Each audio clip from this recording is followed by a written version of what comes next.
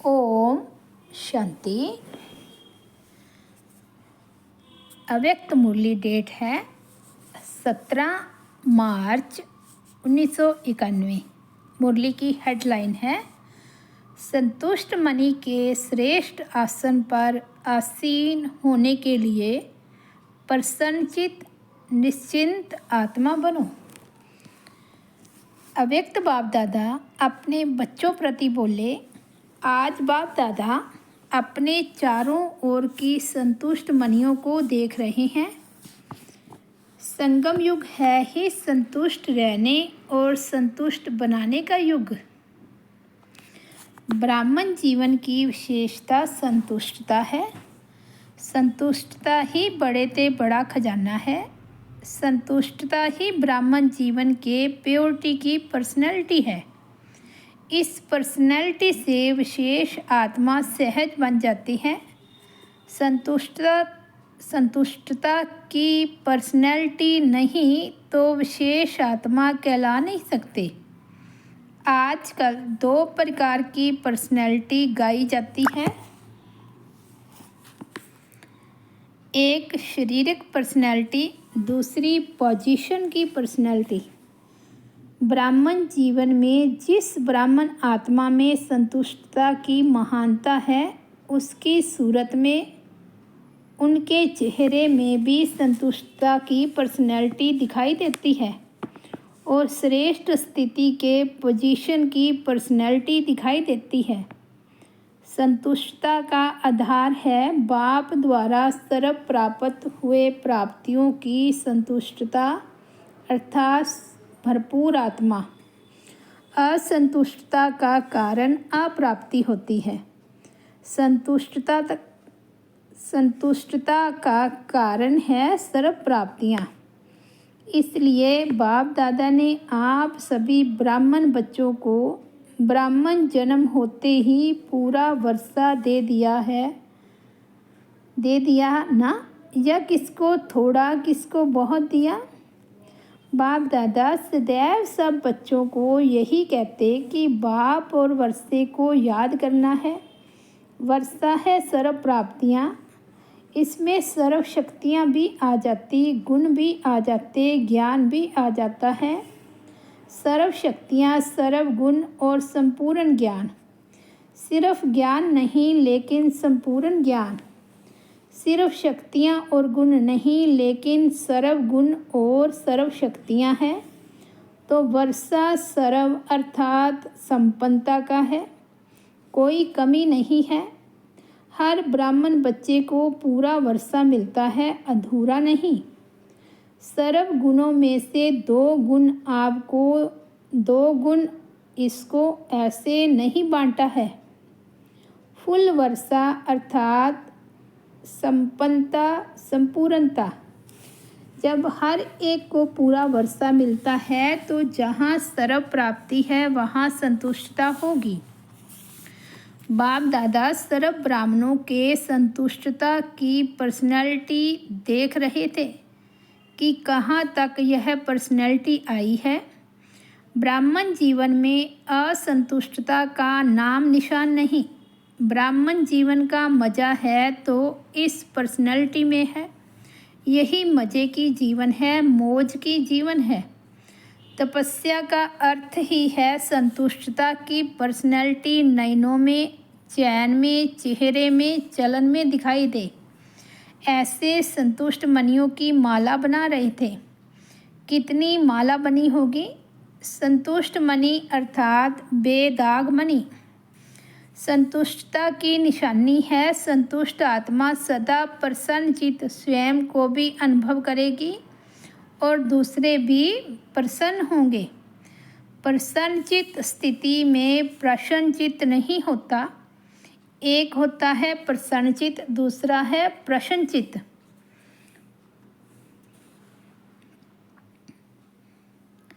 प्रसन्न अर्थात क्वेश्चन। प्रसन्नचित आत्मा के नॉलेजफुल होने के कारण प्रसन्न रहता, प्रश्न नहीं करता। जो भी प्रश्न अपने प्रति या किसी के प्रति भी उठता, उसका उत्तर स्वयं को पहले आता। पहले भी सुनाया था वट और वाही नहीं, लेकिन डॉट, क्या क्यों नहीं, फुल स्टॉप, बिंदु, 1 सेकंड में विस्तार, 1 सेकंड में सार। ऐसा प्रसन्नचित्त सदा निश्चिंत रहता है। तो चेक करो, ऐसी निशानियाँ मुझ संतुष्ट मनी में है। बाप दादा ने तो सबको टाइटल दिए हैं संतुष्ट मनी का।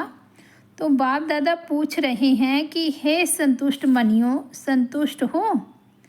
फिर प्रश्न है स्वयं से, अर्थात स्वयं के पुरुषार्थ से, स्वयं के संस्कार परिवर्तन के पुरुषार्थ से, स्वयं के पुरुषार्थ की परसेंटेज से, स्टेज में सदा संतुष्ट हो। अच्छा, दूसरा प्रश्न, स्वयं के मनसा, वाचा और कर्म अर्थात संबंध संपर्क द्वारा सेवा में सदा संतुष्ट हो। तीनों ही सेवा, सिर्फ एक सेवा नहीं, तीनों ही सेवा में और सदा संतुष्ट हो। सोच रहे हैं, अपने को देख रहे हैं कि कहाँ तक संतुष्ट है। अच्छा, तीसरा प्रश्न है, सर्व आत्माओं के संबंध संपर्क में स्वयं द्वारा व सर्व द्वारा सदा संतुष्ट हो। क्योंकि तपस्या वर्ष में तपस्या का सफलता का फल यही प्राप्त करना है, स्वयं में, सेवा में और सर्व में संतुष्टता। 4 घंटा तो योग किया, बहुत अच्छा, और 4 से 8 घंटा तक भी पहुंच जाएंगे, यह भी बहुत अच्छा। योग का सिद्धि स्वरूप हो। योग विधि है, लेकिन इस विधि से सिद्धि क्या मिली? योग लगाना ये विधि है। योग की प्राप्ति यह सिद्धि है। जैसे 8 घंटे का लक्ष्य रखा है, तो कम से कम ये 3 प्रकार की संतुष्टता की सिद्धि का स्पष्ट श्रेष्ठ लक्ष्य रखो। कई बच्चे स्वयं को मियाँ मिट्ठू मुआफिक भी समझते संतुष्ट होते हैं। ऐसे संतुष्ट नहीं बनना। एक है दिल माने, दूसरा है दिमाग माने। दिमाग से अपने को समझते संतुष्ट हैं ही, क्या परवाह है, हम तो बेपरवाह हैं। तो दिमाग से स्वयं को संतुष्ट समझना ऐसी संतुष्टता नहीं, व्यर्थ समझना है, यथार्थ समझना है। संतुष्टता की निशानियाँ स्वयं में अनुभव हो, चित्त सदा प्रसन्न हो, पर्सनैलिटी हो, स्वयं की पर्सनैलिटी समझे और दूसरे नहीं समझे। इसको क्या कहा जाता है? मियाँ मिट्ठू। बाबा कहते हैं स्वयं को पर्सनैलिटी समझे लेकिन दूसरे नहीं समझे, तो इसको मियाँ मिट्ठू कहा जाएगा। ऐसे संतुष्ट नहीं, लेकिन यथार्थ अनुभव द्वारा संतुष्ट आत्मा बनो। संतुष्टता अर्थात दिल दिमाग सदा उपराम आराम में रहें, सुख चैन की स्थिति में रहें। बेचैन नहीं होंगे, सुख चैन होगा। ऐसी संतुष्ट मनियाँ सदा बाप के मस्तक मनियाँ समान चमकती हैं। तो स्वयं को चेक करो, संतुष्टता बाप की और सर्व की दुआएं दिलाती है। संतुष्ट आत्मा समय प्रति समय सदा अपने को बाप और सर्व की दुआओं के विमान में उड़ता हुआ अनुभव करेगा। ये दुआएं उनका विमान है, सदा अपने को विमान में उड़ता हुआ अनुभव करेगा। दुआ मांगेगा नहीं, लेकिन दुआएं स्वयं उनके आगे स्वतः ही आएंगी। ऐसे संतुष्ट मनी अर्थात सिद्धि स्वरूप तपस्वी अल्पकाल की सिद्धियां नहीं, ये अविनाशी और रूहानी सिद्धियां हैं। ऐसी संतुष्ट मनियों को देख रहे थे। हर एक अपने आप से पूछे, मैं कौन? तपस्या वर्ष का उमंग उत्साह तो अच्छा है, हर एक यथाशक्ति कर भी रहे हैं और आगे के लिए भी उत्साह है। ये उत्साह बहुत अच्छा है। अभी तपस्या द्वारा प्राप्तियों को स्वयं अपने जीवन में और सर्व के संबंध संपर्क में प्रत्यक्ष करो। अपने आप में अनुभव करते हो, लेकिन अनुभव को सिर्फ मन बुद्धि से अनुभव किया यहाँ तक नहीं रखो।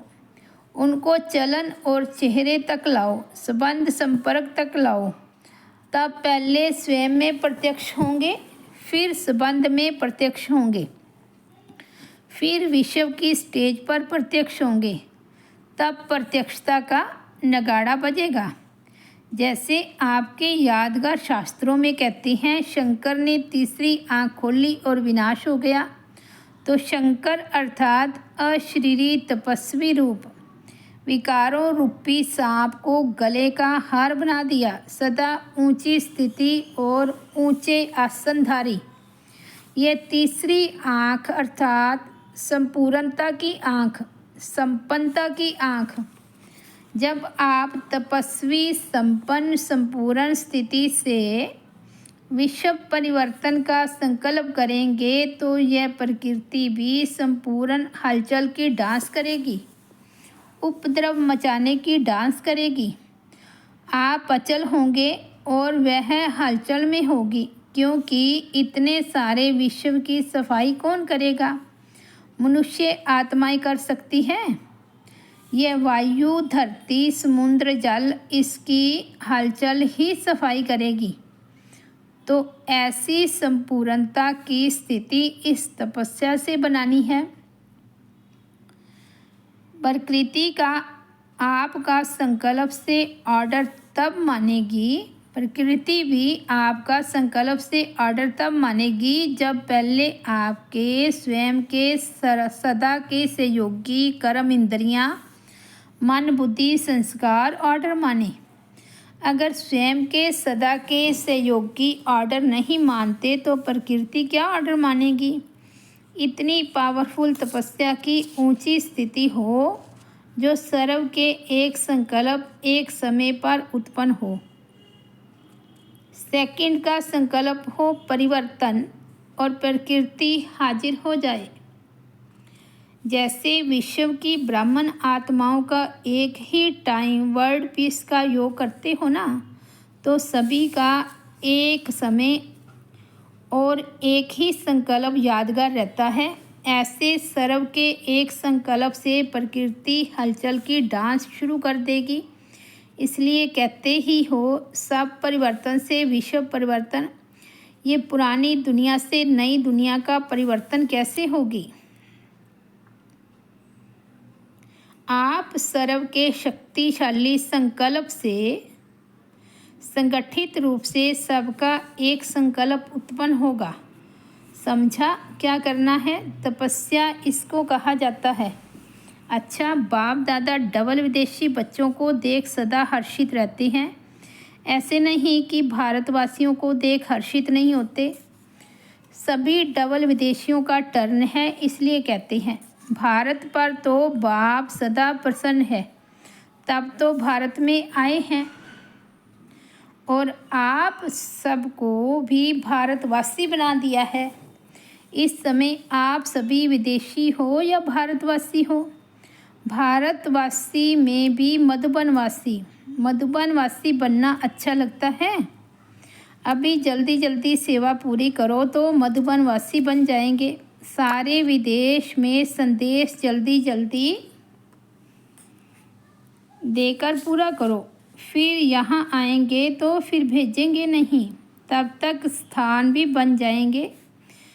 देखो, मैदान तो लंबा चौड़ा पीस पार्क पड़ा ही है, वहाँ पहले से प्रबंध कर लेंगे, फिर आपको तकलीफ़ नहीं होगी। लेकिन जब ऐसा समय आएगा, उस समय अपनी अटैची पर ही सो जाएंगे, खटिया नहीं लेंगे। वह समय ही और होगा, ये समय और है। अभी तो सेवा का एक ही समय पर मनसा वाचा कर्मणा इकट्ठा संकल्प हो, तब है सेवा की तीव्र गति। मनसा द्वारा पावरफुल वाणी द्वारा नॉलेजफुल, संबंध संपर्क अर्थात कर्म द्वारा लवफुल। ये तीनों अनुभूतियाँ एक ही समय पर इकट्ठी हो, इसको कहा जाता है तीव्र गति की सेवा। अच्छा, तन से ठीक है, मन से ठीक है, फिर भी दूर दूर से आते हैं, तो बाप दादा भी दूर से आए हुए बच्चों को खुश देख खुश होते हैं। फिर भी दूर से आने वाले अच्छे हो, क्योंकि विमान में आते हो। जो इस कल्प में पहली बार आए हैं, उन्हों को बाप दादा विशेष याद प्यार दे रहे हैं। फिर भी हिम्मत वाले अच्छे हैं। यहाँ से जाते ही टिकट का इकट्ठा करते हैं तो आ जाते हैं। यह भी एक याद की विधि है। जाना है, जाना है, जाना है। यहाँ आते हो तो सोचते हो विदेश जाना है, फिर जाने के साथ आना सोचते हो। ऐसा भी टाइम आना ही है जो गवर्नमेंट भी समझेगी कि अब्बू की शोभा यह ब्राह्मण आत्माएं ही हैं। अच्छा, चारों ओर की सर्व महान संतुष्ट आत्माओं को सदा प्रसन्नचित निश्चिंत रहने वाली श्रेष्ठ आत्माओं को सदा एक ही समय 3 सेवा करने वाले तीव्र गति से सेवाधारी आत्माओं को सदा श्रेष्ठ स्थिति के आसनधारी तपस्वी आत्माओं को बाप दादा का याद प्यार और नमस्ते। हम रूहानी बच्चों की रूहानी बाप दादा को याद प्यार, गुड मॉर्निंग और नमस्ते। तो ये थे 17 मार्च 1991 के अव्यक्त महावाक्य। मुरली की हेडलाइन, संतुष्ट मणि के श्रेष्ठ आसन पर हसीन होने के लिए प्रसन्नचित निश्चिंत आत्मा बनो। ओम शांति।